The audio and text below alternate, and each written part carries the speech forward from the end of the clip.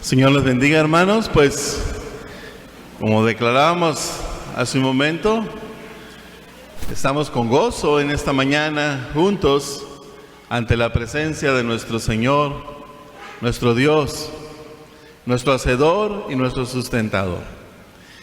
Y al sabernos salvos por la gracia de Dios, pues desborda en nuestros corazones, en nuestras almas, la alegría de sabernos parte del reino de la familia del Señor.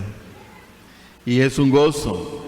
El Señor mismo declaró en la parábola del trigo y la cizaña que hay solamente dos familias en este mundo.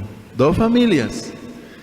La familia de Dios, aquellos quienes buscan obedecer al Padre. Y la familia del diablo, aquellos que, pues, lejos de obedecer al Padre, buscan la satisfacción de sus propios deseos, de sus beneficios particulares. También en Génesis 3:15 nos habla el Señor y nos dice de estas dos familias. Cuando el Señor emite el juicio contra la serpiente, Él declara: y pondré enemistad entre ti y entre su simiente. Y Él habla de la simiente de la serpiente, los cuales representan a los hijos del diablo, y la simiente de la mujer, los cuales representan a los hijos de Dios. Y de la simiente de la mujer daría, dice, un golpe en la cabeza. Un golpe en la cabeza que significa un golpe mortal, un golpe de triunfo. Triunfaría la simiente de la mujer sobre la simiente de la serpiente. La familia de Dios vence sobre la familia del diablo. Sin embargo, la familia del diablo, la descendencia de la serpiente, estarían estorbando en el caminar de los hijos de Dios, mordiendo pues el calcañar, o sea, el talón. Pues queremos hacer la voluntad del Señor. En nuestra mente está el propósito de obedecerla. Sin embargo, en nuestra carne están nuestros miembros que quieren otra cosa, quieren lo suyo propio y nos estorban. Hermano, ahorita que leímos en los versículos del 12 al 14, Juan habla a los hijos, a los padres, inclusive menciona a los jóvenes. Y al estar leyendo, y si no sabemos de la familia del Señor, ¿dónde te identificas? ¿Dónde quedas tú en este orden de crecimiento del cual hace alusión Juan? Llama hijitos, niños, llama jóvenes y llama a los padres. Y a los jóvenes, a mí me gusta lo de los jóvenes porque dice, son fuertes, porque la palabra de Dios permanece en ellos y porque han vencido al maligno. Ahora los jóvenes, pues no se jacten mucho porque no se refiere a los jóvenes en cuanto a la edad o al tiempo, sino ahorita vamos a ver que más bien se refiere a jóvenes que han crecido, pero en el reino de Dios, donde en el reino de Dios el tiempo no existe, pues Dios es eterno, su reino es eterno. Más bien entonces, así como en la tierra, a la medida de crecimiento, de avance es el tiempo, en el reino del Señor vamos a ver que se refiere entonces al conocimiento del Señor y al crecimiento en cuanto a hacer su voluntad. Ese sería el tiempo en el reino de Dios. Crecer en el reino de Dios significa conocer al Padre y obedecer sus mandamientos. Amén, hermanos. Estamos estudiando la carta primera de Juan, del apóstol Juan, que dirige, y como hemos mencionado, no tanto a una iglesia, como Pablo declara en sus escritos, sino más bien a la familia de Dios, a los creyentes, a los que han nacido de nuevo, a los que tienen a Cristo como su Señor y Salvador. Y eso somos nosotros, hermanos, esta familia que está aquí. Estos hijos del Señor que estamos aquí en la presencia de Dios juntos. Somos parte de la familia de Dios. La iglesia, el cuerpo, somos pues comprados por la gracia y la misericordia del Señor. Amén, hermano. ¿Te identificas como hijo de Dios? Hoy vamos a aprender algo interesante sobre los hijos del Señor, que Juan aquí nos está revelando, diciendo en la primera carta de Juan. La semana pasada vimos los versículos del 7 al 11 y nos hablaban de las marcas de los que pertenecen a la comunión cristiana. La comunión cristiana no es otra cosa más que la familia de Dios, los hijos de Dios. Y estuvimos viendo en los versículos, en el capítulo 2, del 3 al 6, la marca de la obediencia. Los que pertenecen a la familia de Dios obedecen la palabra de Dios. Y otro distintivo es el amor. Los que son hijos de Dios aman a Dios y aman a sus hermanos. No puede haber un hijo de Dios que se diga hijo de Dios y que aborrezca a su hermano.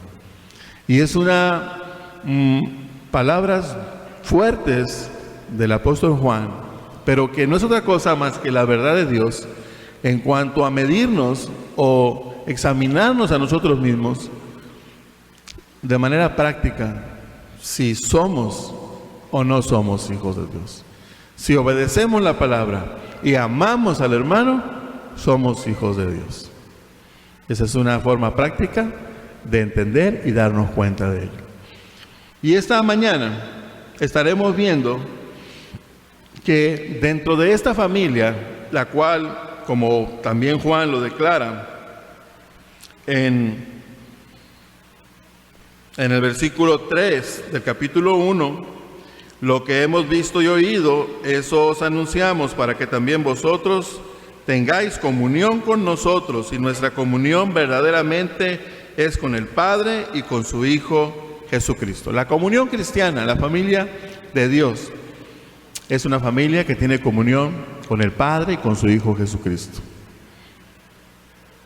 Entonces, en esta familia, vamos a ver en el versículo del 12 al 14 hoy, que Juan habla de un crecimiento o de un nivel de crecimiento, llamando a hijitos, a jóvenes y a padres. ¿Dónde estamos nosotros? ¿A qué nivel o qué grado de crecimiento pertenecemos? Pues para saberlo vamos a tratar de entender a qué se refiere cada uno de ellos. Entonces, esta mañana estaremos viendo las etapas de crecimiento en la comunión cristiana.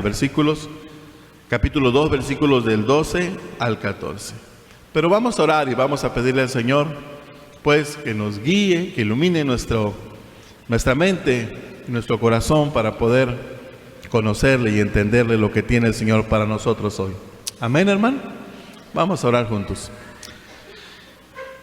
Padre Celestial, nuevamente, Señor, nos acercamos al trono de tu gracia esta mañana como una familia que somos en ti, Señor, como hermanos, Señor, como hijos tuyos, comprados, Señor, por sangre derramada en el Calvario por nuestro Señor y Salvador Jesucristo, nuestro hermano mayor.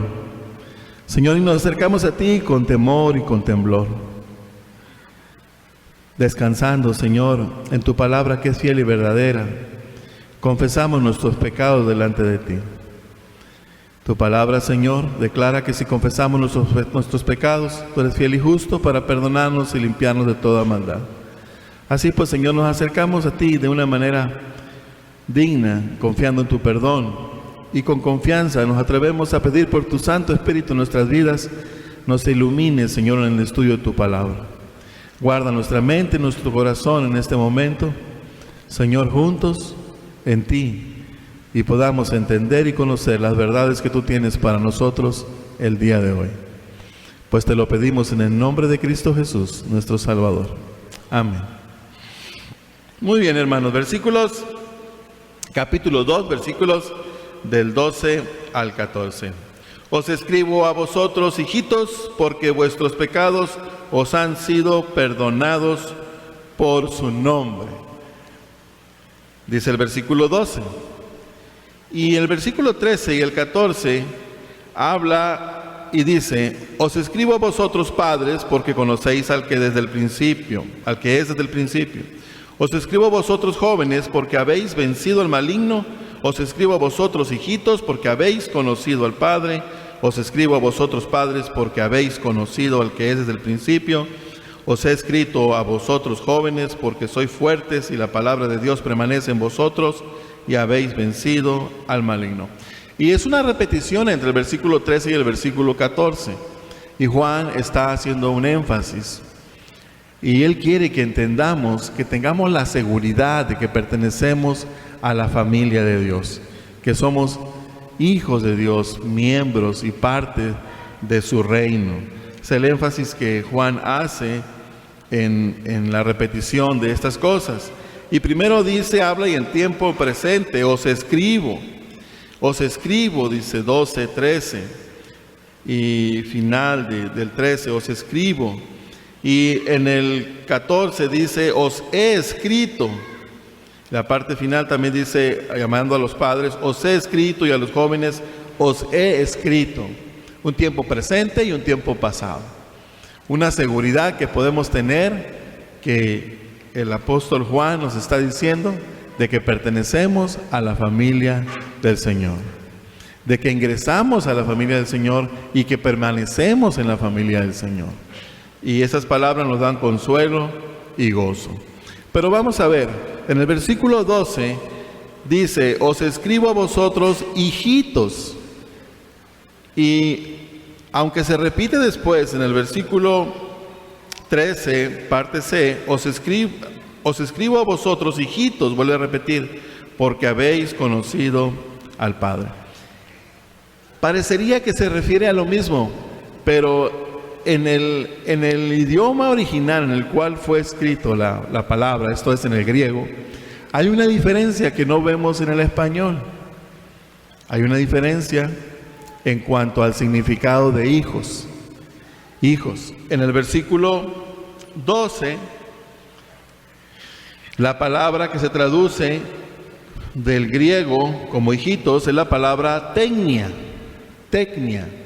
que viene de tecnón, que la mejor traducción sería no tanto hijos, sino niños, niñitos, de una manera diminutiva, niñitos.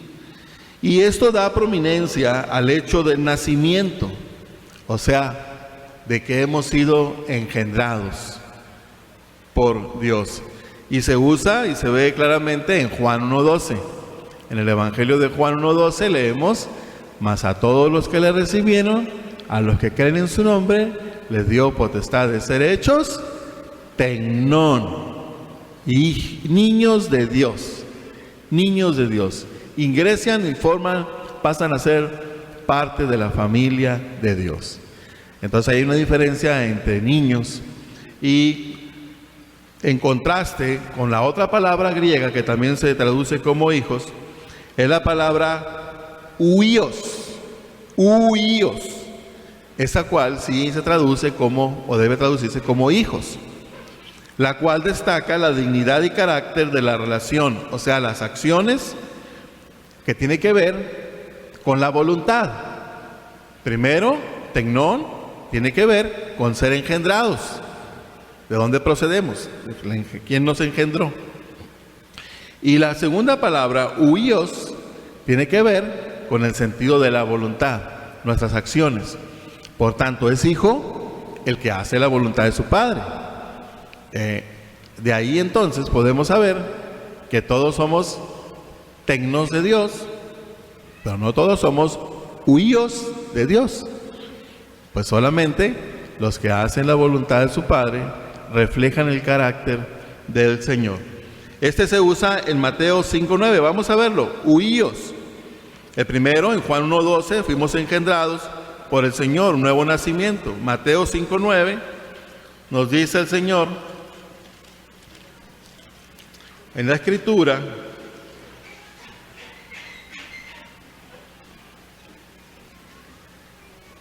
dice: bienaventurados los pacificadores, porque ellos serán llamados huíos, hijos de Dios. Está en relación a la acción de las personas. ¿Quiénes son? Los pacificadores, los que no odian el pleito y aman la paz. Y estos son los hijos, porque nuestro Señor es un Dios de amor, es un Dios de paz. Entonces reflejan el carácter, la dignidad del carácter del Señor. Y también en el versículo 45, en el versículo 44 de este capítulo 5 de Mateo, dice el Señor: pero yo os digo, amad a vuestros enemigos, bendecid a los que os maldicen, haced bien a los que aborrecen, y orad por los que os ultrajan y os persiguen, para que seáis huíos, hijos de Dios, de vuestro Padre que está en los cielos, que hace salir su sol sobre malos y buenos, y que hace llover sobre justos e injustos. Aquí estamos viendo la palabra griega huíos, que se traduce hijos de vuestro Padre, que tiene que ver con los hechos mismos de las personas. ¿Qué es lo que están haciendo? Pues dice que ama a los enemigos y bendice a los que los maldicen. ¿Quién hace esto? Dios. El Señor nos enseña a amar con este amor de negar nosotros. Entonces, los discípulos en estos versículos del capítulo 5, versículos 9 y el 44 y el 45, los discípulos debían hacer estas cosas, o sea, amar al enemigo y a ser pacificadores, no tanto para llegar a ser tecnón, niños de Dios, sino que siendo tecnón, niños de Dios, llegaran a ser huíos, hijos de Dios, manifestándolo con su carácter de obediencia a la voluntad de Dios. Entonces hay una diferencia entre niños e hijitos. Y la palabra que connota el crecimiento más bien sería hijitos, porque una vez que fuimos engendrados, tecnón, hijos de Dios, somos llamados a crecer haciendo la voluntad del Padre, huíos, llegar a ser huíos de Dios. Esto lo vemos más ejemplificado en el libro de Romanos. Pablo nos habla, Romanos capítulo 8, versículos del 14 al 21. Vamos a la escritura, Romanos 8, para que nos quede más claro. Romanos capítulo 8, versículos 14 al 21.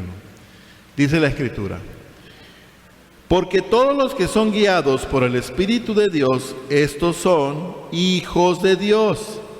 Pues no habéis recibido el espíritu de esclavitud para estar otra vez en temor, sino que habéis recibido el espíritu de adopción, por el cual clamamos: Abba, Padre.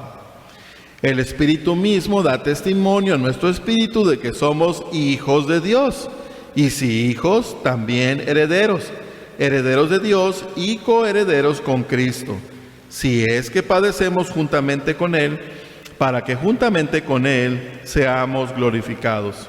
Pues tengo por cierto que las aflicciones del tiempo presente no son comparables con la gloria venidera que en nosotros ha de manifestarse. Porque el anhelo ardiente de la creación es el aguardar la manifestación de los hijos de Dios. Porque la creación fue sujetada a vanidad, no por su propia voluntad, sino por causa del que la sujetó en esperanza. Porque también la creación misma será libertada de la esclavitud de corrupción a la libertad gloriosa de los hijos de Dios. Qué importante es, ¿verdad?, entender entonces el significado correcto o darle el sentido correcto a la frase hijos de Dios. En los versículos 16 y 17 de Romanos capítulo 8 se traduce, ahí está presente la palabra griega tecnón, o sea, niños de Dios. El Espíritu mismo da testimonio a nuestro espíritu de que somos hijos de Dios. y si hijos, también herederos, herederos de Dios y coherederos con Cristo, ¿verdad? Entonces aquí es la palabra tecnón.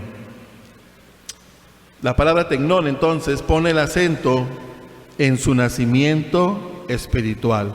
Pues el versículo 16 dice, el Espíritu, ya mismo refiriéndose al Espíritu Santo, da testimonio a nuestro espíritu de que somos hijos de Dios. Somos engendrados por el Espíritu Santo. Hemos recibido el Espíritu Santo, el cual ahora nos da vida espiritual. En ese sentido, pues, se usa la palabra tecnón, y somos niños de Dios, o bebés de Dios. Pero en el versículo 14 se usa la palabra huíos. Vean el versículo 14. Porque todos los que son guiados por el Espíritu de Dios, estos son hijos de Dios.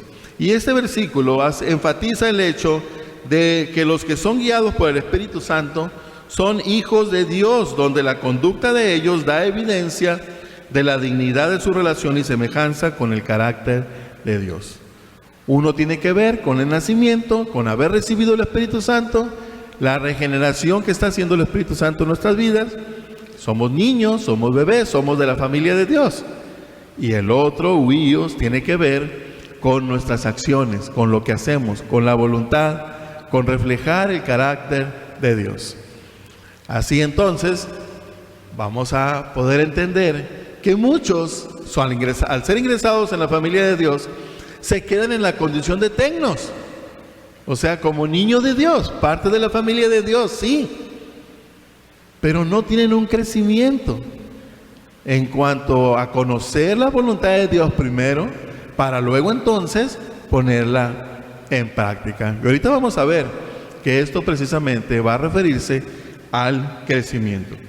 Por lo tanto, hermanos, en este versículo 12, Juan no se refiere a los creyentes como niños espirituales basándose en el crecimiento o edad. O sea, no se refiere llamándoles niñitos por la edad, sino como, por ejemplo, como sí lo hace en el versículo 13c de Primera de Juan, capítulo 2, 13c, aquí sí les dice, os escribo a vosotros, hijitos, porque habéis conocido al Padre. Ahí sí se refiere en el sentido de crecimiento, de nivel, como unos niños más pequeñitos, los más grandes son jóvenes y los mayores pues son los padres.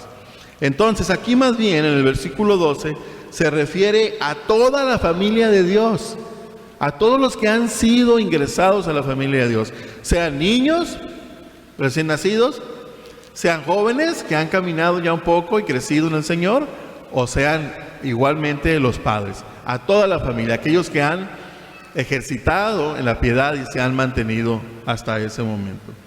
Entonces se refiere más bien a toda la familia de Dios, o sea, quienes han nacido de nuevo, quienes han recibido el Espíritu Santo.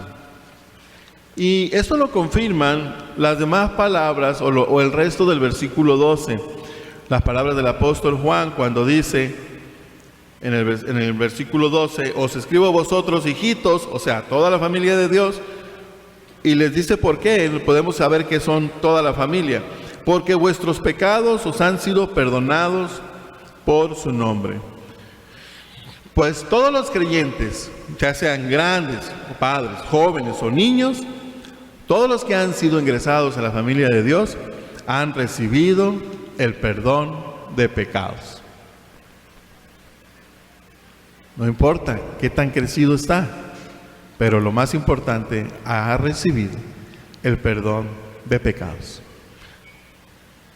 Ahora, ¿cómo es esto? ¿Cómo es que recibimos el perdón de pecados? Es algo muy importante que todo creyente desde pequeñitos debemos de conocer.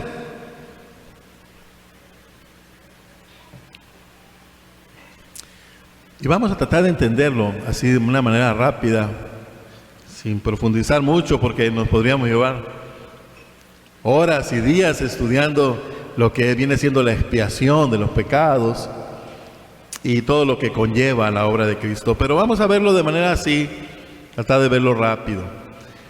Hermanos, para poder entender cómo sucede esto, cómo es que nuestros pecados han sido perdonados, es algo que debemos cada creyente tener claro en nuestra mente.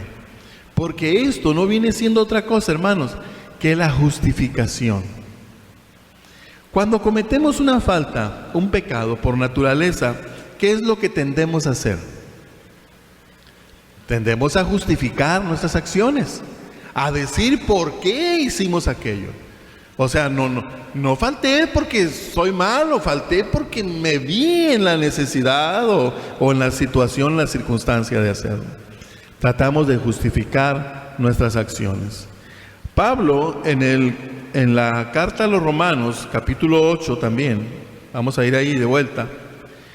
Romanos capítulo 8, versículos del 28 al 30, nos habla del proceso de todo creyente. Del proceso en el tiempo de todo creyente. Romanos capítulo 8, versículos del 28 al 30. Dice la palabra del Señor en Romanos capítulo 8, versículos del 28 al 30. Y sabemos que a los que aman a Dios, todas las cosas les ayudan a bien.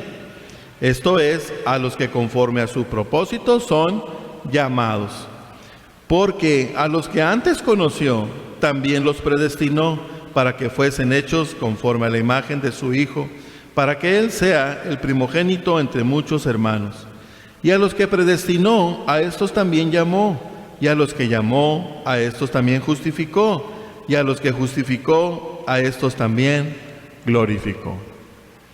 ¿En qué etapa estás tú, mi hermano? Según lo que el apóstol Pablo está diciendo. Dice que el Señor nos llamó, nos conoció, dice, y eso sucedió antes de la fundación del mundo. Antes de que se habría de manifestar quiénes fuéramos, el Señor ya nos conoció, nos conoce. Y luego el Señor, el proceso, nos conoció, y luego el versículo 29 dice, también nos predestinó para un día ser adoptados hijos suyos, según como vemos en el capítulo 1 de Efesios. Somos predestinados en amor, habiendo sido predestinados para ser adoptados hijos suyos. Pero no solamente nos predestinó, nos conoció en la eternidad pasada, nos predestinó en la eternidad pasada, a estos también llamó, dice, en determinado momento. ¿Cuándo sucede el llamamiento? Una vez que llegamos a este mundo, nacemos físicamente y en determinado momento de nuestra vida, el Señor nos llama, como el himno que cantamos hoy. Pecador, ven a Cristo Jesús. Él nos llama, nos hace un llamamiento. Y después de que nos llama a venir a Él, con esos lazos de amor que no podemos resistir, porque Él es soberano, y cuando dice llamar, no significa la palabra griega a algo suavecito, significa prácticamente arrastrar, porque en nuestra carne no queremos venir al Señor, y el Señor prácticamente nos trae a Él. Algo pasa en nosotros, que ahora tenemos una necesidad del Señor de por conocerle. Y una vez conociéndole, nos justificó, dice. Nos justificó. O sea, somos justificados ante el Padre. Somos pecadores, pero no nos vamos a justificar con nuestros hechos o con nuestros razonamientos, o por qué lo hicimos, sino que nos va a justificar con la única justificación que Él está dispuesto a aceptar. Esta es la que Él ha provisto, la justificación que viene de parte de Dios. Entonces nos justificó y también dice, a estos también glorificó. Hermanos, la glorificación se dará en el momento que estemos en la presencia inmediata del Señor. Pero entre la justificación, el hecho de ya sabernos salvos, que somos hijos de Dios, que somos perdonados por la gracia y la misericordia de Dios, al punto en que estaremos en su presencia, hay un proceso. Esto es, mientras estemos en este cuerpo, el Señor nos llama a ser santos porque Él es santo. Entonces esto viene siendo la santificación. Entonces vemos el proceso de todo creyente. El Señor nos conoció desde antes de la fundación del mundo, allá también nos predestinó para ser adoptados hijos suyos. Un día nacimos a este mundo físico, y nos llama, y una vez llamados nos muestra su plan de salvación, su verdad, y nos justifica. Nos apropiamos de la justificación que es por fe, y entonces en esa salvación y en ese gozo de la salvación obedecemos. Somos llamados de niños, de ser parte de la familia de Dios, a ser hijos que obedecen sus mandamientos. Tenemos un ejemplo en Génesis capítulo 3, cuando el Señor, y esto lo vemos en los que han estudiado Descubra, que creo que todos, ya no somos niños, somos hijos de Dios porque hemos crecido. Pero en el capítulo 3 de Génesis, después vemos la desobediencia del hombre ante la ley de Dios. El Señor le dio la ley en el capítulo 2 y le dijo: de todos los frutos del árbol del huerto puedes comer, pero del fruto del árbol que está en medio del huerto, esto es, del conocimiento del bien y del mal, no comeréis, porque el día que de él comiereis, ciertamente moriréis. ¿Y qué pasó? ¿Hicieron la voluntad de Dios? ¿Guardaron su mandamiento? No, cayeron en pecado y pecaron. La desobediencia del hombre la vemos en el capítulo 3. Y quiero que veamos algo interesante, hermanos, para entender cómo es que el Señor, o cuáles son los pasos para venir al Señor y que el Señor perdone nuestros pecados. En el versículo 7, después de que comieron, dice: entonces fueron abiertos los ojos de ambos y conocieron que estaban desnudos. Entonces cosieron hojas de higuera y se hicieron delantales. Se cubrieron. Y en el estudio de Descubra vemos, ¿por qué se cubrieron? ¿Qué los hizo cubrirse? ¿Cuál era lo malo si el Señor había dicho que era bueno? Entonces ellos adquirieron la capacidad de juicio, y según su propia sabiduría era malo que estuvieran desnudos.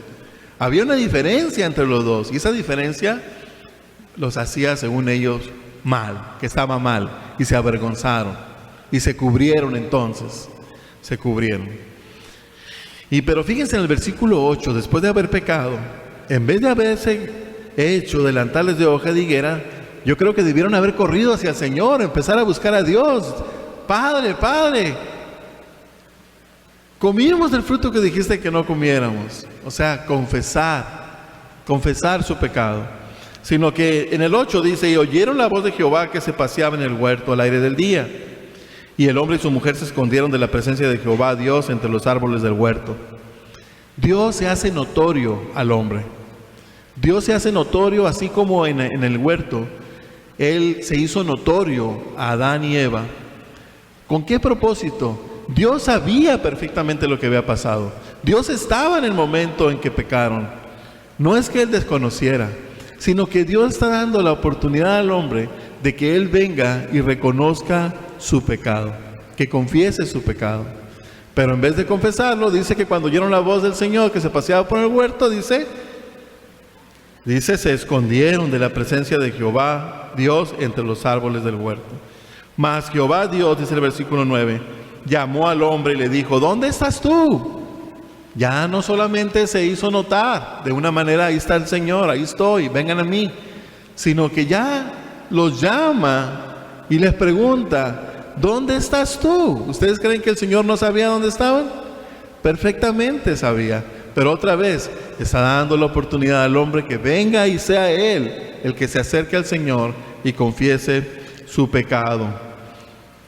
Y el versículo 10 nos dice: y él respondió: oí tu voz en el huerto y tuve miedo porque estaba desnudo y me escondí. Dice. Está justificando sus hechos, sus actos. ¿Por qué corrió?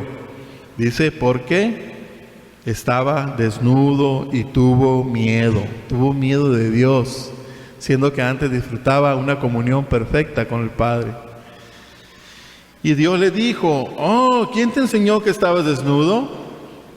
Y todavía le dice, lo anima: a que reconozca y confiese, no el hecho de por qué se cubrió, ni el hecho de por qué tuvo miedo, sino el hecho de por qué faltó a su mandamiento.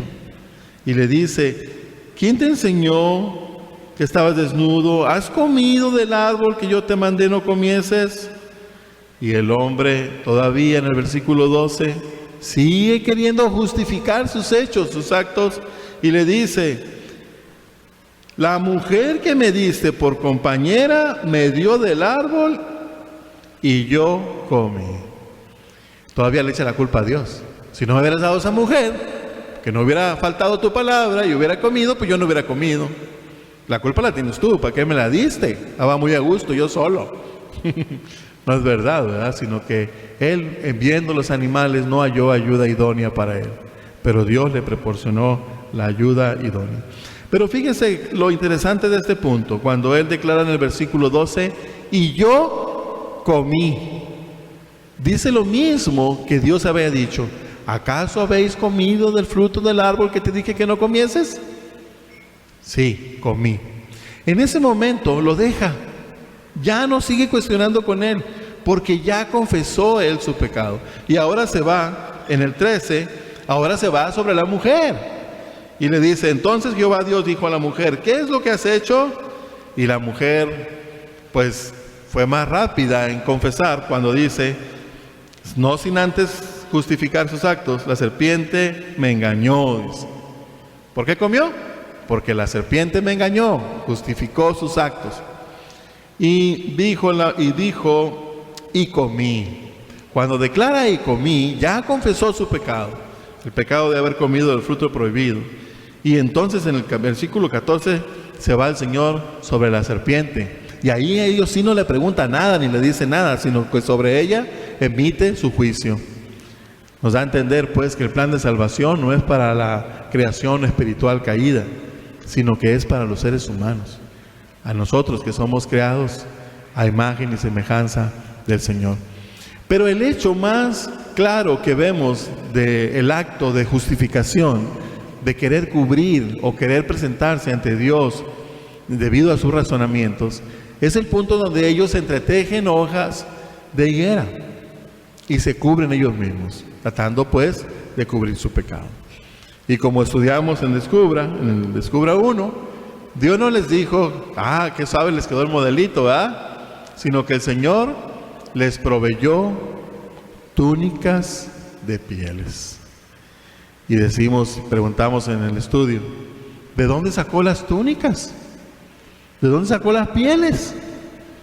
Yo me he encontrado con algunas personas que me han dicho, pues Dios es todopoderoso, es el creador y Él puede decir, ¡pum!, sean pieles, y crea pieles, ¿no? Pero no se nos olvide, hermanos, que en el día séptimo el Señor reposó de toda creación.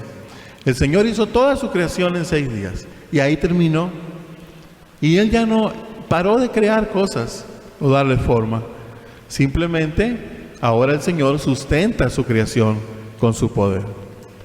Y no la sacó que bien lo pudo haber hecho, pero las pieles salieron de un animal. Y como vemos en el Apocalipsis, de un cordero, porque representa muy bien la docilidad, el negarse a sí mismo. Pues esos animales cuando los van a matar no huyen ni se defienden, son apacibles y se entregan. Entonces desde ahí ya estamos viendo, Dios le está mostrando al hombre una verdad.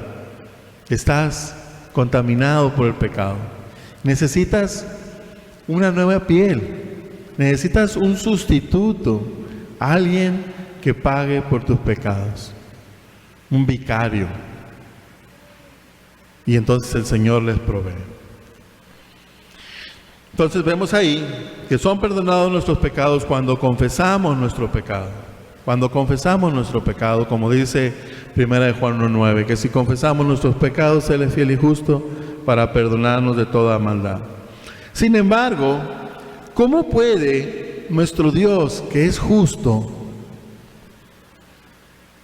ser misericordioso al mismo tiempo? ¿Cómo puede Dios ser justo y misericordioso al mismo tiempo?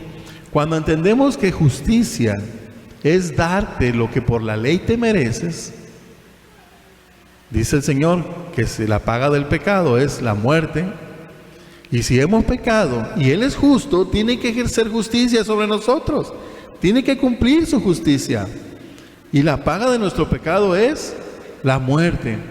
Entonces, ¿cómo puedes mantenerse siendo justo y ser misericordioso al mismo tiempo? Que misericordia es no darte lo malo que por la ley te mereces. ¿Qué merecemos por la ley de Dios? La muerte. ¿Es algo bueno para nosotros?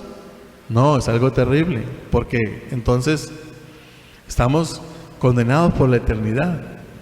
Entonces, ¿cómo puede Dios ser justo, cumplir con su ley y ser misericordioso al mismo tiempo? No darnos eso malo que por la ley merecemos.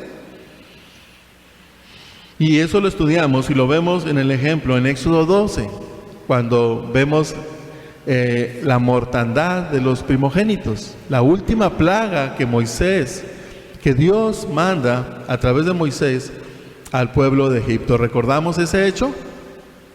Y ahí encontramos la figura que es más representativa de lo que viene a ser nuestro Señor y Salvador Jesucristo, y cómo es que realmente somos justificados. Cuando viene el dictamen de la última plaga, dice que Jehová heriría a todo primogénito, tanto del pueblo, de todos los hombres egipcios y de todas las naciones, tanto de seres humanos como de animales también. Todo primogénito sería muerto, quitaría la vida. Pero le dijo a ustedes, al pueblo de Israel, les dio una ordenanza y una manera, y les dijo que celebraran la Pascua. Y les dijo: tómense de entre el rebaño un cordero macho de 1 año, sin defecto, y les dio esta ordenanza de cómo habrían de matarlo, de inmolarlo, y habían de comer su carne, y iban a hacer algo muy especial con la sangre de este cordero.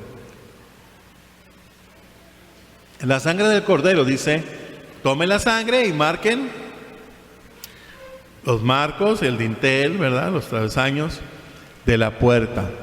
Y entonces dice, cuando el ángel de Jehová, o sea, cuando pase el Señor en la noche y traiga la plaga de mortandad, donde vea la señal de la sangre, entonces Pascua, pasaré de largo. Y decimos: ¿Dios se hizo de la vista gorda? No, porque Él es justo y tiene que cumplir lo que dice. Y entonces preguntamos: ¿hubo muerte en esa casa? Y sabemos que sí hubo muerte. ¿Murió el primogénito?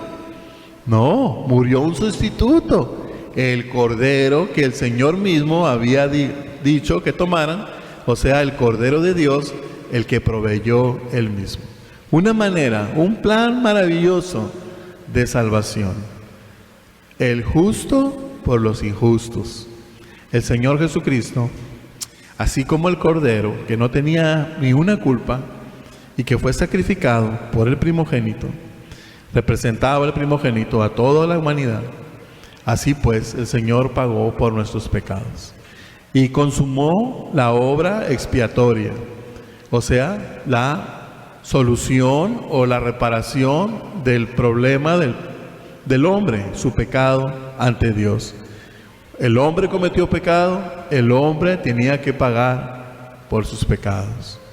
Lo vemos también, son ejemplos maravillosos que vemos en la Escritura, también en el hecho cuando el Señor les manda a Moisés que se hiciera una serpiente de bronce.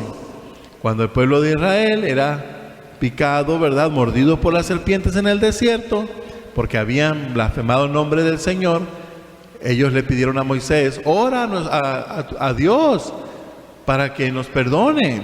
Moisés oró y el Señor le dijo: bueno, hazte una serpiente de bronce en un asta y levántala, y todo aquel que vea la serpiente no morirá, sino que se salvará.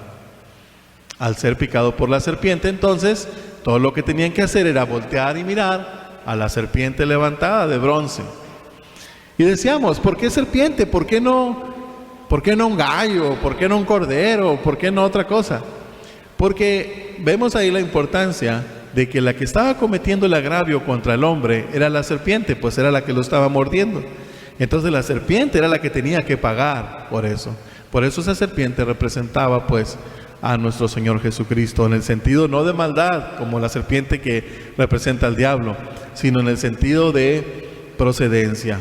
El Hijo del Hombre, que daría el golpe en la cabeza de la serpiente, llevó a cabo el plan expiatorio y de redención en la muerte en la cruz. Nuestros pecados son perdonados, hermano, porque el Señor imputa su justicia en nosotros. Entonces, la justificación es el acto de Dios por el cual Él declara justos a los pecadores injustos, después de haberles imputado la justicia de Cristo. ¿Y cómo se hace eso, hermano? ¿Cómo se hace eso? Entonces, ¿el Señor pagó ya por todos y todo el mundo será salvo? ¿El universalismo? No, ¿verdad? Sino que se hace eficaz la muerte expiatoria del Señor, la obra de redención, para aquellos que creen y hacen el acto de fe, de voltear y mirar y poner su confianza en Él. Entonces, esta fe, esta confianza, no viene por las obras, como vemos en Efesios capítulo 2, versículo 8 y 9. Vayamos ahí, hermanos. Efesios capítulo 2, versículos 8 y 9. Y ya no lo sabemos de memoria, porque por gracia sois salvos por medio de la fe. Y esto no de vosotros, pues es don de Dios, no por obras para que nadie se gloríe. Entonces, ¿cuál es el regalo de Dios? ¿Cuál es el don de Dios? La fe. ¿Y esta fe es meritoria? No, porque es por su gracia. Por su gracia. Es una gracia inmerecida. No la podemos comprar, no la podemos exigir. Eso viene del que nos lo da. La gracia es el favor de Dios. Entonces el Señor nos da el regalo más precioso que alguien puede recibir, que es el don, el regalo de la fe.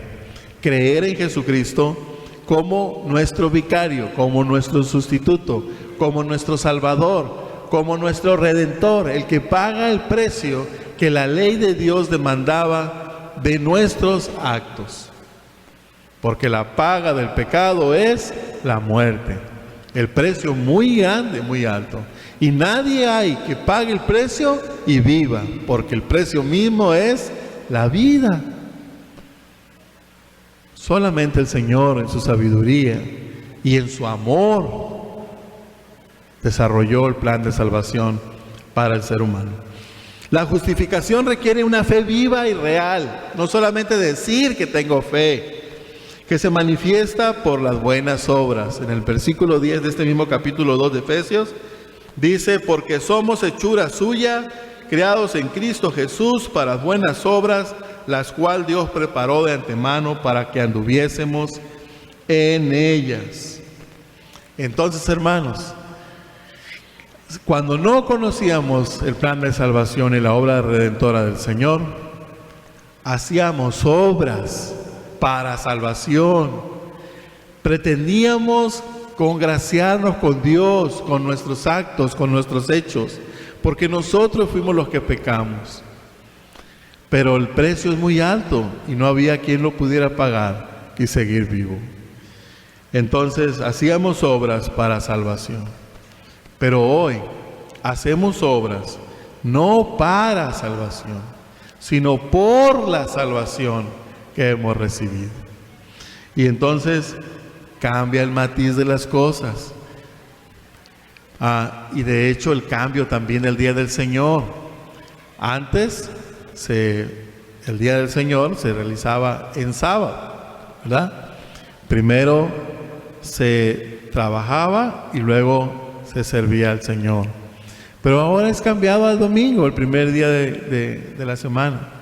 Ahora primero el Señor nos salva y entonces ya después trabajamos para el Señor. Y eso es maravilloso poder entender eso, porque entonces haremos las obras que el Señor preparó, pero no para salvación, sino para la gloria de su santo nombre. Y termina en el versículo 12 diciendo Juan que nuestros pecados son perdonados por su nombre. ¿El nombre de cada pecado? Soy perdonado por mi pecado, que es mentira. El nombre es la mentira. O el nombre es la muerte, porque cometió homicidio. ¿Por el nombre del pecado? No, por el nombre del Señor, el autor y consumador de nuestra fe. Y vamos a ir a Hechos 4:12. Hechos, capítulo 4, versículo 12, dice la palabra del Señor, refiriéndose al nombre del Señor. Y en ningún otro hay salvación, porque no hay otro nombre bajo el cielo dado a los hombres en que podamos ser salvos. La salvación es sinónimo de haber sido perdonados nuestros pecados. El perdón de nuestros pecados se da cuando nosotros nos justificamos ante Dios por el hecho de ser pecadores, pero no con nuestra justificación, sino con la única justificación que el Señor ha provisto, por la muerte expiatoria de nuestro Señor y Salvador Jesucristo en la cruz. Amén, hermano. ¿Entendemos esto? Gloria a Dios, hermano, porque entonces hemos sido justificados, somos justificados. Y una vez justificados, el gozo en nuestras almas nos inunda. Y en los momentos difíciles de nuestras vidas, cuando no respondemos al llamado de ser santos, porque el Señor es santo, y estamos contristados y caídos y desanimados, podemos decir como David: vuélveme el gozo de tu salvación, el sabernos salvos, hermanos. Y no despreciar la salvación tan grande que el Señor nos ha dado. No pisotear como una flor preciosa, como dice ese canto, como flor, ¿verdad? Que alguien pisoteó. Así hacemos nosotros, hacemos eso cuando descuidamos y despreciamos la salvación tan grande. A veces nos desubicamos, hermanos, ¿quiénes somos? Hijos de Dios, niños de Dios, salvados por gracia inmerecida. Que el Señor nos ayude a mantenernos siempre ubicados, quiénes somos en Él. Entonces, no hay otro nombre dado a los hombres en el cual haya salvación. Jesús es el nombre. Y el Señor mismo dice en Juan 14:6, pues no sabemos de memoria: yo soy el camino, la verdad y la vida, y nadie viene al Padre sino por mi hermano. En Él hay la salvación, en ese nombre, no en ningún nombre.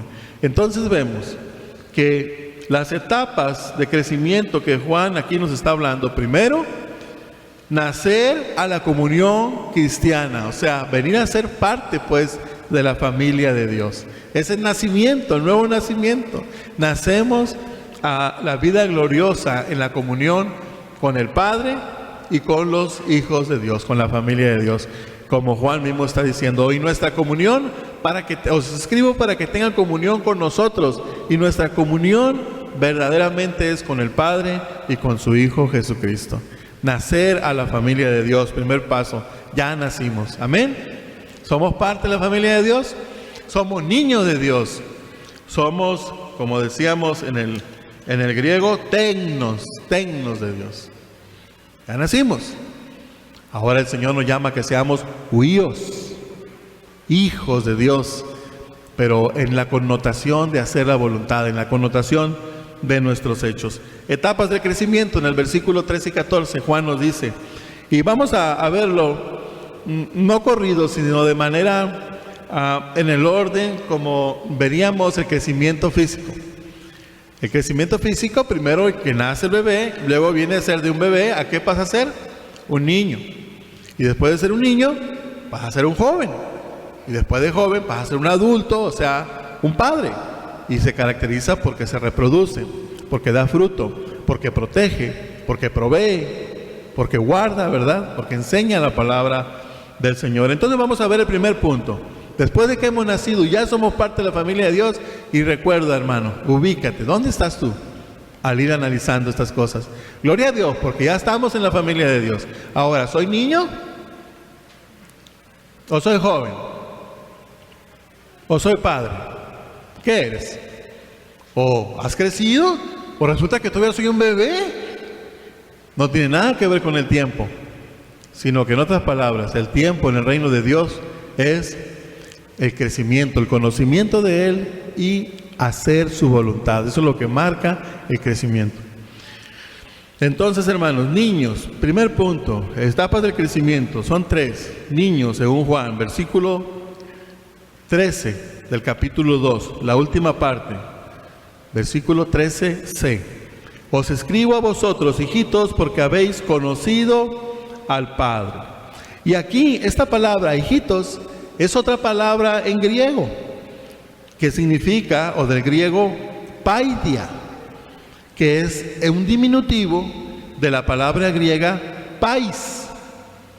Entonces, la palabra griega pais tiene la connotación de un muchacho, ya de un niño, crecido. Pero la palabra, el diminutivo de ella, que es paidia, tiene la connotación de un niño. Por lo tanto, paidia se traduce niño.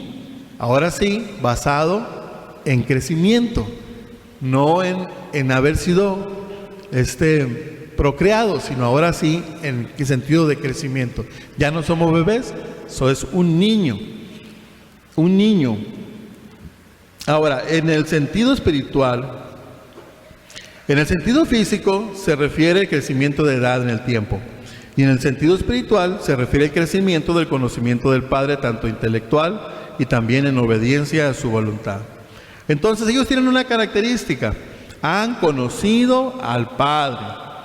En otras palabras, han ingresado a la familia de Dios. Entonces, todo eso que mencionamos ahorita, que es la justificación, el plan de salvación, la expiación de nuestros pecados, todas estas cosas viene siendo la leche espiritual, o sea, el Evangelio, los rudimentos del Evangelio. Y todo niño nace primero el bebé y luego va conociendo estas verdades y va creciendo en el conocimiento. Ha entendido la justificación por fe, ha entendido la salvación, el perdón de pecados, ya se ha estado alimentando de la palabra. Y no solamente en conocerla, sino en vivirla, pues ha puesto su fe, su confianza en ello. Estos son los niños. Y Pablo habla en 1 Corintios, capítulo 3, versículos del 1 al 3, sobre los niños espirituales. 1 Corintios 3, versículos del 1 al 3. Dice: de manera que yo, hermanos, no pude hablaros como a espirituales, sino como a carnales, como a niños en Cristo, como a paidia, niños en Cristo, o sea, en edad o en crecimiento. Os di a beber leche y no vianda, porque aún no erais capaz ni sois capaces. Porque aún sois carnales, pues habiendo entre vosotros celos, contiendas y disensiones, ¿no sois carnales y andáis como hombres? Hermanos, el bebé nace, llega a la familia, come y empieza a crecer. Pero es un niño cuando todavía no ha entendido a qué familia ha sido ingresado. Una familia donde el Padre es amor y donde somos llamados todos a ser amor. Es un llamado a la unidad, es un llamado al respeto, es un llamado a no tener mayor concepto de nosotros mismos, sino el que debemos tener. Hermanos, estamos en la familia del Señor y a veces nos comportamos como si no entendiéramos o no conociéramos. Podemos tener conocimiento en nuestra mente, pero si no estamos viviendo ese conocimiento, nos estamos comportando como niños espirituales. Y todavía te andas fijando en la mala cara que te hizo el hermano o la hermana, o no me tomaron en cuenta, o yo ya no voy a ir a esa iglesia, voy a buscar otra, o que no sé yo qué cosas pueden tropezarte. Pero ciertamente nos tropiezan al principio muchas cosas, cuando no entendemos que el Señor nos llama a la unidad. Esa es la pasión del Señor en su oración en Juan, en el capítulo 17 del Evangelio de Juan, para que tú y yo, Padre, seamos uno y ellos sean uno con nosotros. La unidad es una símbolo o figura de la madurez espiritual. Guardar la unidad. Cuando entendemos que tenemos el mismo espíritu, la misma fe, el mismo Señor y Salvador Jesucristo. ¿De quién eres tú? Como decía Pablo, ¿verdad? Cuando está en los Corintios, yo soy de Pedro, yo soy de Apolo, yo soy de Cefas, yo soy de Cristo. No, todos somos de Dios y no debe haber pleitos entre nosotros. Y los que manifiestan pleito, enojo, ira y guardan rencor, bueno, esta es una manera práctica de poder entender si has crecido o no. Porque va a haber. Porque más adelante vamos a ver que Juan mismo, cuando unos salieron de ellos, dice, salieron de nosotros porque no eran de nosotros, porque si hubieran sido de nosotros, permanecerían con nosotros, porque no importa qué es lo que te haga el hermano. Somos llamados a perdonar, somos llamados a contestar con bien el mal. Es más, hermano, a lo mejor no es hermano, a lo mejor es tu enemigo, y aún así somos llamados a amarlo y a dejarle al Señor la venganza. Mía es la venganza, dice el Señor, yo pagaré. ¿Cómo está nuestra conducta dentro de la familia de Dios? ¿Somos bebés que todavía ni hemos entendido la expiación, la justificación, la redención? ¿No hemos entendido el amor al cual nos llama el Señor? Somos niños, ya hemos conocido rudimentos de la fe. Ya descanso y sé que soy salvo por la gracia del Señor. Y el día que me he de comparecer ante el juicio de Dios, ante el Señor, ¿por qué debo dejarte de entrar? Decía el evangelismo de hace unos años.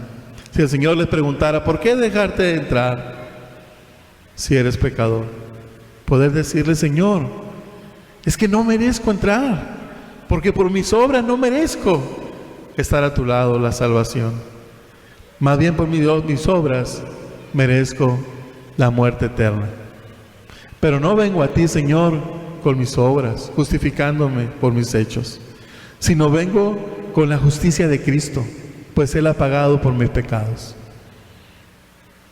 Él me ha comprado, Él ha pagado el precio que tu ley demandaba. La paga del pecado es la muerte, y el Señor dio su vida por mí. Tremenda posición, inmerecida y privilegiada. Y les decía, inmerecida por cuanto no es por méritos, y privilegiada, hermanos, porque no es para todos. Muchos serán los llamados, pocos serán los escogidos. Y si ya eres parte, hermano, crece, come pues. Vamos a ver ahorita a los jóvenes, que el alimento los hace fuertes. Muy bien, estos son los niños. En el capítulo 4 de Efesios, Pablo nos habla de la familia del Señor.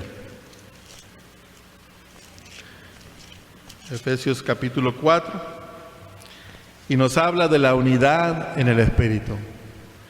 El Señor nos ha dado cuando menos un don, y ese don tiene un propósito, hermanos: ejercerlo dentro de la familia del Señor, ejercerlo en la iglesia, con un propósito: la edificación del cuerpo de Cristo, a fin de que llevemos todos juntos al conocimiento de cuál es la altura, la profundidad, la anchura de nuestro Señor Jesucristo, a llegar todos a la imagen de Cristo. Crecer en conocimiento y en acción de la voluntad de nuestro Padre. Vamos a ver ahora el punto B, los jóvenes. Esto lo vamos a ver en el versículo 13b y 14b del capítulo 2. Dice Juan: os escribo a vosotros jóvenes porque habéis vencido al maligno. Versículo 13b. Os he escrito a vosotros jóvenes porque sois fuertes y la palabra de Dios permanece en vosotros y habéis vencido al maligno. Versículo 14b.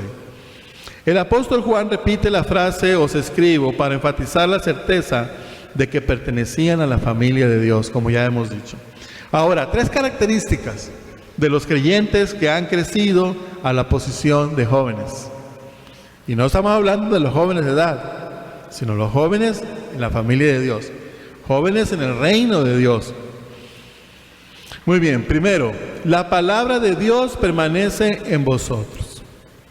La palabra de Dios permanece en vosotros. O sea, no solamente conocen la palabra de Dios, sino que guardan la palabra de Dios.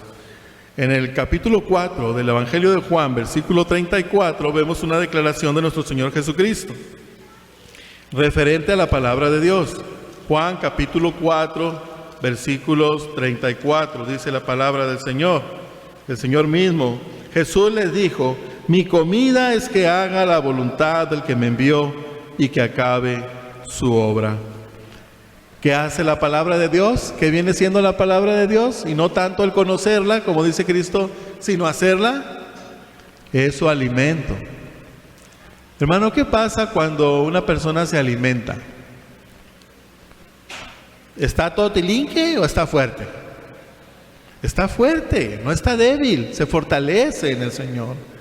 Y entonces cuando venga la prueba, la lucha, tendrá fuerzas para luchar y para soportarla.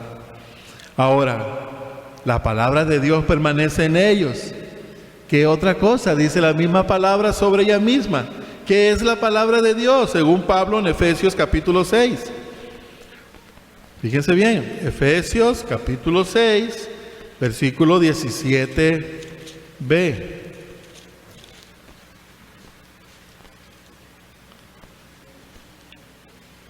Efesios 6, versículo 17, dice: y la espada del Espíritu, que es la palabra de Dios. La palabra de Dios es la espada del Espíritu. Toda la armadura a la que hace alusión Pablo, a la armadura del soldado romano, era para defensa, a excepción de la espada, la cual era para atacar. Entonces, la palabra de Dios permanece en ellos, o sea, mantienen la espada, están armados, listos para la lucha, y están fortalecidos, fuertes para presentar defensa. Y entonces otra característica, no solamente que la palabra de Dios permanece en ellos, y por cierto, la palabra de Dios permanece en ti, mi hermano. La palabra de Dios permanece en ti. ¿La has conocido? Nosotros como iglesia tenemos cada semana un versículo a memorizar. Y no solamente memorizarlo, sino más bien es reflexionar en él en la semana. Hermanos, si estuviéramos haciendo eso nosotros, como familia, como hermanos, alimentándonos y fortaleciéndonos con la palabra de Dios, andaríamos en el mismo sentir. Andaríamos juntos el camino de la vida con el Señor y reflexionando. Y todo, hermanos, no sé si lo has hecho o no. Yo lo he hecho, no siempre, reconozco que no siempre, pero cuando me he esforzado por memorizarlo y reflexionar en él, encuentro algo maravilloso. Todas las cosas que me suceden tienen una relación con el versículo que estoy memorizando y reflexionando en él. Y lo puedo vivir. La palabra de Dios permanece en ti, mi hermano. Esa es una señal de que has crecido y que eres un joven. Ahora, otro punto, característica de los jóvenes: sois fuertes. Sois fuertes. Estos niños, tecnón, que nacieron, que fueron engendrados, han pasado de ser de tecnón a ser huíos. Hijos semejantes a Cristo en obediencia a la voluntad del Padre. No solo haber recibido al Espíritu Santo, no solamente haber recibido, que es tecnón, sino más bien andando en Él, conociéndolo y practicando la verdad del Señor en el poder del Espíritu Santo. Gálatas 5:6. Gálatas capítulo 5, versículo 6, Pablo nos habla y nos dice, Gálatas, a ver hermanos, se me hace que me equivoqué.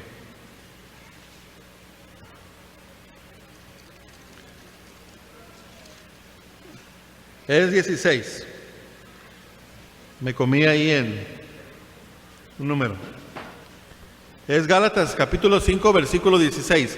Digo pues, andad en el Espíritu y no satisfagáis los deseos de la carne, porque el deseo de la carne es contra el Espíritu y el del Espíritu es contra las carnes, y estos se oponen entre sí para que no hagáis lo que quisierais.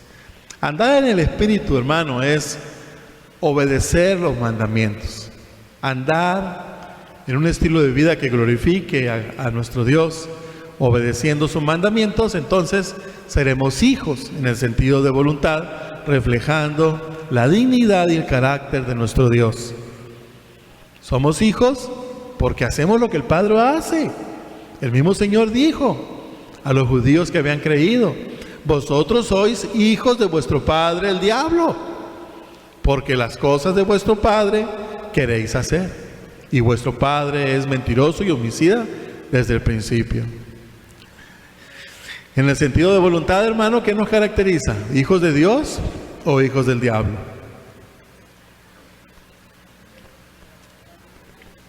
Y la última característica, no solamente la palabra de Dios permanece en ellos, no solamente son fuertes porque se han alimentado la palabra de Dios y están guardando sus mandamientos, sino que dice, habéis vencido al maligno. Y aquí podemos entender que así como el Señor Jesucristo, vemos en su vida que luchó contra el enemigo en Mateo capítulo 4, en Mateo, cuando la tentación, capítulo 4, versículo del 1 al 11, cuando es llevado por el Espíritu al desierto, fue atacado por Satanás. Y ahí leemos cuando le dice, si eres hijo de Dios, dile a las piedras que se conviertan en pan y come. Y el Señor le contesta, como ya hemos visto en otras ocasiones, no le contesta con argumentos nuevos, que pudo haberlo hecho, sino que le contesta o se defiende con la espada, que es la palabra de Dios. Y dijo, no, porque escrito está, no solo de pan vivirá el hombre, sino de toda palabra que sale de la boca de Dios. Con que escrito está, dice Satanás, el diablo, entonces lo lleva a lo alto del templo y le dice, lánzate, porque escrito está, mandaré a tus ángeles para que tus pies no sufran tropiezo. Y el Señor agarra la espada nuevamente y se defiende no con argumentos propios, de hecho son palabras de Él mismas, ¿no? Pero son palabras escritas, y la espada del Espíritu, y le dice, sí, pero también escrito está, no tentarás al Señor tu Dios. Y por último lo lleva a las montañas y le muestra todos los reinos y les dice, si me sirvieres, todo esto será tuyo. Y el Señor le contesta y se defiende con la espada, lo ataca y le dice, aléjate de mí, Satanás, porque escrito está, solo al Señor tu Dios servirás. Así son los jóvenes en el Señor, quienes guardan la palabra, se alimentan de la palabra y luchan con la palabra en los momentos de tentación. Yo no sé cuál sea tu tentación, todos tenemos un pecado que sobresale por los demás, pero debemos aprender a vencer al enemigo cuando trae la tentación, no con nuestras fuerzas, sino con la palabra del Señor. Hermanos, cuando hagamos esto, estaremos experimentando en nuestras vidas lo que Santiago dice en el capítulo 4, versículo 7. Someteos pues a Dios, resistid al diablo, y éste huirá de vosotros. ¿Quieres tener victoria sobre Satanás? Dos cosas: someteos a Dios, que la palabra de Dios mora en ti, porque es señal de la juventud. Que al alimentarte de ella te mantengas fuerte y que te defiendas con ella, con la espada. Y traigas a tu mente la palabra, aquellos versículos que te ayuden a esclarecer tu mente y recordar quién eres tú en el Señor y creer la verdad de Dios, negar la mentira del diablo. ¿Eres bebé? ¿Eres niño? ¿O eres joven? ¿Dónde te ubicas, mi hermano? Y vamos a terminar con el último. Los padres, versículos 13a y 14a. Os escribo a vosotros padres, porque conocéis al que es desde el principio. Os he escrito a vosotros padres, porque habéis conocido al que es desde el principio. Estos creyentes, los padres, son los más maduros, porque no solamente han conocido, sino que han permanecido en la comunión cristiana, en la familia de Dios. Y han adquirido un conocimiento más profundo de Dios eterno. Se cumple lo que dice Pablo en Filipenses 3:10. Vamos a ver Filipenses 3:10.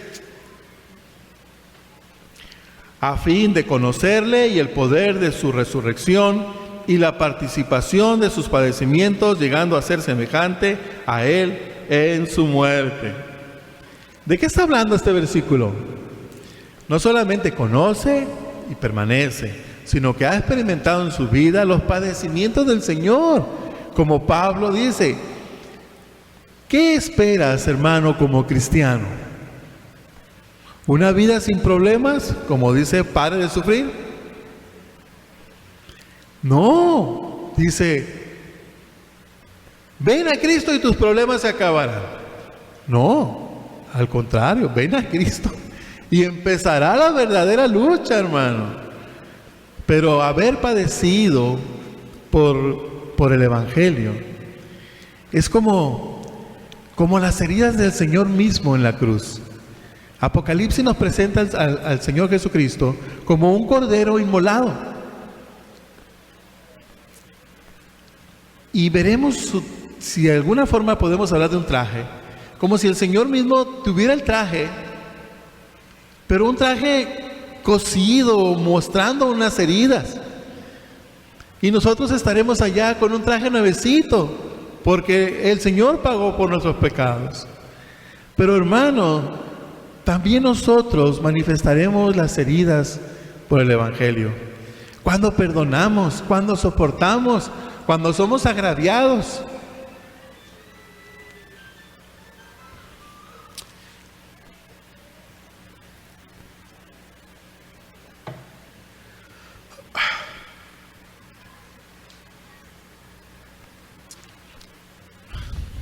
No se compara la gloria venidera a los padecimientos presentes.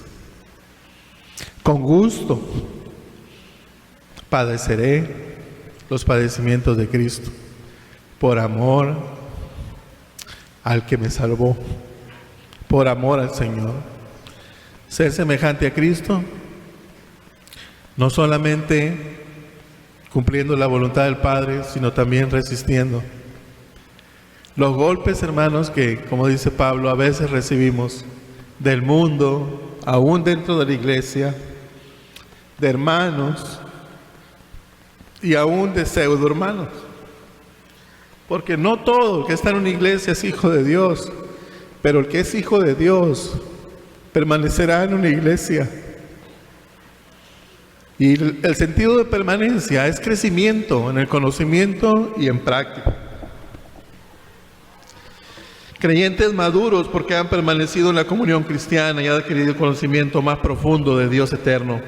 No solo en la intelectual, gracias, sino más bien en la práctica de una vida en obediencia a la voluntad de Dios, conociendo y viviendo la sana doctrina, manteniéndose firmes en la fe.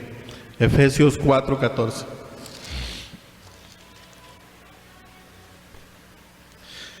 Para que ya no seamos niños fluctuantes, llevados por doquiera de todo viento de doctrina, por estratagema de hombres que para engañar emplean con astucia las artimañas del error. Hemos conocido la sana doctrina, el Padre conoce la verdad de Dios, la conoce intelectualmente y la ha vivido prácticamente, y eso le ha dado fortaleza, eso le permite reproducirse, dar fruto, agradar y alabar al Padre. Hermano, como conclusión, quisiera que te llevaras Bueno, al menos yo saqué esto. Y que quede en nuestra mente, todos los creyentes formamos parte de la familia de Dios y todos los creyentes manifestamos el carácter de Cristo, sea en un nivel o en otro. No todos somos iguales. Todos somos llamados a la santidad, a crecer, pero nunca debemos exigir nuestro nivel de crecimiento a los demás, porque el que da el crecimiento es el Señor. Más bien, los fuertes sobrellevad la carga de los débiles. Hermano, no juzguemos al hermano. Más bien, exhortémonos unos a otros y pongamos el ejemplo. Lideremos, pues, con nuestra vida, siendo ejemplo para los demás. Todos somos familia de Dios, amados por Cristo, y Cristo pagó por nuestros pecados. Y también, hermanos, entender que crecemos corporalmente con el paso del tiempo, físicamente. Este mundo, el tiempo, es la señal de crecimiento. Nuestra estadía en esta tierra, que le da vueltas, una vuelta sobre su eje, y le da una vuelta al sol cada año. Y aquí estamos montados en este caballito. Y al menos yo tengo 54 vueltas al sol. Quién sabe cuántas vueltas sobre el propio mismo, que no sé, no lo he sacado, pero son muchas. Eso es físicamente, crecer físicamente. Pero en lo espiritual, hermanos, entendamos que crecemos cuando conocemos y vivimos en obediencia la palabra de Dios. Crecemos, hermanos, espiritualmente en el Señor, en la familia de Dios, cuando obedecemos sus mandamientos. Y lógicamente, para obedecerlos es necesario primero conocerlos. Que el Señor nos ayude, hermanos, a seguir creciendo juntos en esta familia hermosa. Hermanos, quiero decirte, tengo aproximadamente 18 años en Cristo y esta es la tercera congregación a la que pertenezco. Y me gozo porque tenemos libertad en Cristo, porque tenemos la sana doctrina, la verdad de Dios y la libertad para hablar, para preguntar, para redarguir, para expresarnos, hermanos. Hay otros lugares donde hay lobos y tienen sometidas a las personas. Hay otros lugares que hay ciegos dirigiendo y llevan al rebaño a un abismo, pues no ven a dónde van. Glorioso nuestro Señor, que nos permite crecer juntos en la verdad de Él. Amén, hermano. Vamos a orar y darle gracias al Señor. Padre Celestial, Señor, nos acercamos nuevamente a ti, Señor, juntos, para agradecer, Señor, tus bondades, tu misericordia, Señor. Que nos has ingresado a tu familia, Señor, y nos mantienes. Y que tú eres el que da el crecimiento. Señor, ayúdanos a crecer, a despojarnos de todo pecado y de todo peso, y correr con libertad la carrera que tenemos por delante, amándonos y respetándonos, perdonándonos, soportándonos, Señor, unos a otros en el amor de Cristo. Agradecemos porque nos has dejado la lámpara de tu palabra, con la cual, Señor, podemos iluminar nuestro camino, nuestras vidas y seguir tu ejemplo. Te alabamos y te bendecimos y te damos gracias en el nombre poderoso de nuestro Señor y Salvador Jesucristo. Amén.